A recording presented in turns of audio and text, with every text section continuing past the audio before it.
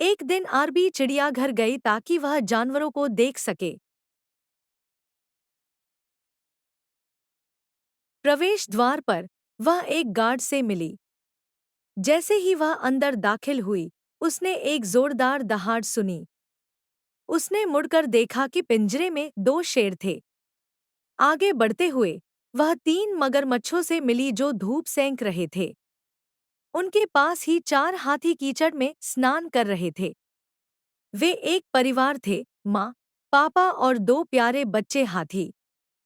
जैसे ही आरबी ने और आगे खोजबीन की, वह एक पिंजरे के पास पहुंची जिसमें पेड़ थे।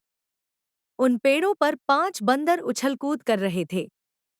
आरबी भूखी था और चिड़ियाघर की कैफेटेरिया में बैठकर खाना खाने लगा।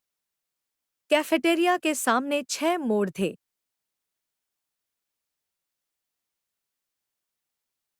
थोड़ी दूर जाने पर वह एक तालाब में गिर पड़ी। तालाब में तैर रहे थे 7 बत्तखें।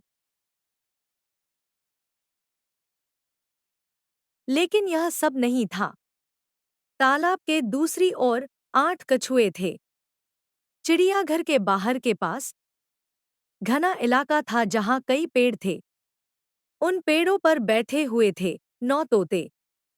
चिड़ियाघर से निकलने से ठीक पहले आरबी ने देखा कि एक ही पेड़ पर 10 उल्लू बैठे हुए थे।